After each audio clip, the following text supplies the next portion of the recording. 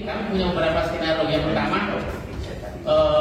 Ganjar atau Anies itu bisa maju dua-duanya atau bisa tidak maju dua-duanya. Pertama skenario-nya, jika Ganjar Pranowo tidak maju capres, ya berarti tidak maju capres, berarti peluang paling besar adalah Anies Baswedan presiden. Itu sudah kira selalunya begitu. Nah, siapa yang jadi dua besarnya? Saya duga adalah Ganjar versus Anies. The real finalnya adalah keduanya. Untuk sementara sih memang Prabowo masih unggul di atas Anies, tapi Prabowo kayaknya sih udah susah dinaikin lagi ya, udah susah untuk ditingkatkan lagi suaranya. Jadi sangat mungkin kalau mesin politiknya Ganjar bekerja lebih keras sekarang ini, apalagi kalau kemudian dia betul-betul mendapat tiket dari PDIP sehingga bisa bekerja, ini mesin politiknya dalam 1,5 tahun sangat mungkin dia akan menaikkan elektabilitasnya lebih tinggi lagi sehingga bisa mengalahkan Anies. Siapa yang tidak mau mengusung sosok yang merajai survei elektabilitas dengan angka sudah lebih dari 30%? Ganjar sudah menjadi magnet bagi partai manapun yang mengusungnya, sedangkan Anies malah stuck dengan Nasdem. Tentu saja bakal sangat menarik jika nantinya Anies dan Ganjar bertemu di debat capres ya. Apakah Anies masih bisa hanya mengandalkan keahlian tata katanya? Ganjar itu seorang pembicara yang handal dan cerdas loh. Di medsos Anies sendiri terus terang sangat piawai memamerkan kecerdasan Bapak Anies Baswedan ini. Mereka memamerkan kemampuan bahasa Inggrisnya, kemudian tata katanya yang bisa membuat orang melungu. Melungu ngerti atau enggak saya nggak tahu. Untuk pihak Ganjar, tim sosmednya berfokus pada Ganjar yang tampilkan merakyat ya, dengan logat Jawanya yang medok dan bahasanya yang ceplas-ceplos itu.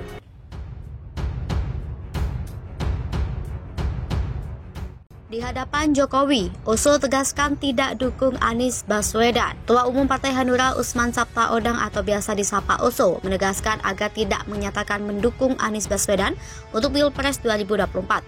Menurut Oso, informasi terkait dukungan terhadap Anies merupakan hoax. Hal ini disampaikan Oso di hadapan Presiden Joko Widodo yang menghadiri acara puncak hari ulang tahun ke-16 Partai Hanura di Jakarta Convention Center Rabu 21 Desember 2022. Selain Jokowi, hadir juga Wakil Presiden Kiai Ma'ruf Amin.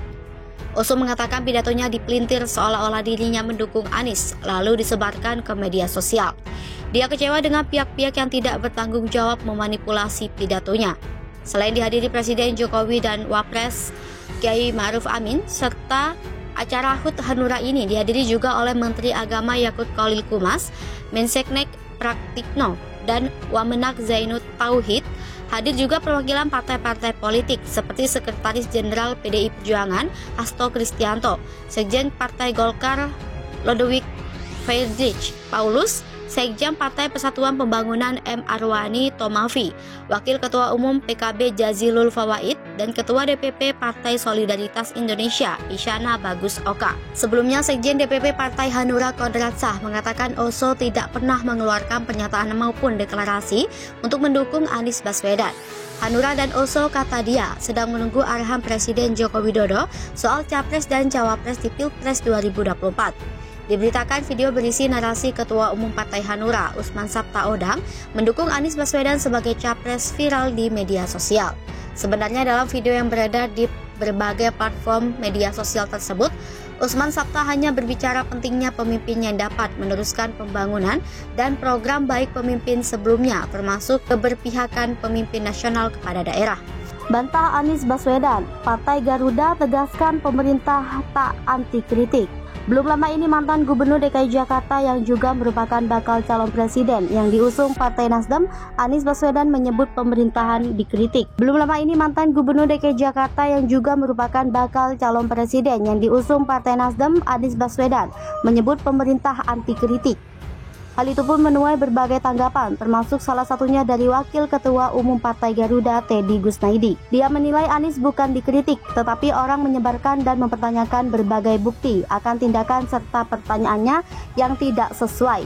Dia kemudian mengatakan cara Anies bicara pemerintah anti kritik adalah cara untuk menghentikan fakta-fakta terkait ketidakberesannya. Teddy mengatakan Anies dinilai sebagai gubernur yang suka meluruskan sesuatu. Sebelumnya, Anies Baswedan menyentil soal pemerintah dalam menanggapi kritikan dalam sebuah video akun YouTube R66 Newlytics. Awalnya, Anies membahas soal pro dan kontra yang dihadapinya ketika melakukan aktivitas politik, namun Anies menyatakan semua yang dihadapinya masih dalam batas normal.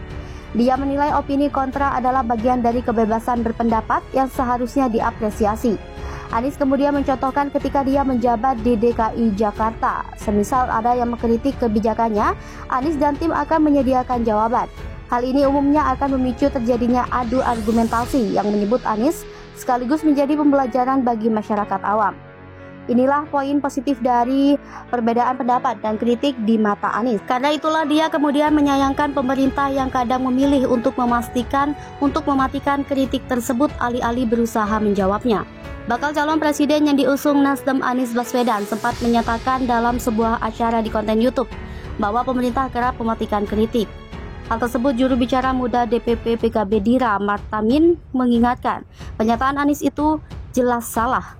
Dira pun mengingatkan bahwa Presiden Jokowi sempat mempertanyakan ke Fahri Hamzah yang mempertanyakan oposisi sekarang lemah. Dira menegaskan pemerintah paham betul bahwa kritik itu sesungguhnya edukasi publik. Tentu selama kritik tersebut faktual, selama tidak menyebarkan kebohongan dan kebencian. Survei Capres SMRC, Ganjar Pranowo masih peringkat 1, Anies Baswedan merangsek. Survei terbaru Saiful Mujani Research and Consulting menunjukkan bahwa Gubernur Jawa Tengah Ganjar Pranowo menduduki peringkat pertama sebagai calon presiden 2024 dengan suara sebesar 33,7%. Direktur Riset SMRC Denny Irvani mengatakan dari Mei 2021 ke Desember 2022, suara Ganjar meningkat dari yang sebelumnya 25,5%. Adapun peringkat kedua ditempati oleh capres usungan Partai Nasdem Anies Baswedan. Bekas Gubernur DKI Jakarta tersebut meraup suara sebesar 28,1% alias meningkat dari yang sebelumnya 23,5% pada Mei 2021. Sementara itu, suara capres usungan Gerindra yang juga ketua umum partai tersebut, Prabowo Subianto, mengalami penurunan. Pada Mei 2021, Prabowo masih memimpin dengan suara sebesar 34,1%. Namun pada bulan ini, Menteri Pertahanan tersebut hanya meraup suara sebesar 26,1% dan menempati peringkat ketiga.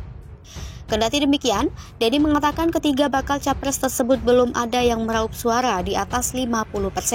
Oleh sebab itu, hingga saat ini, Denny mengatakan gelaran pemilihan presiden 2024 akan berlangsung 2 putaran. Denny menuturkan dari perbandingan hasil survei pada Mei 2021 hingga Desember 2022,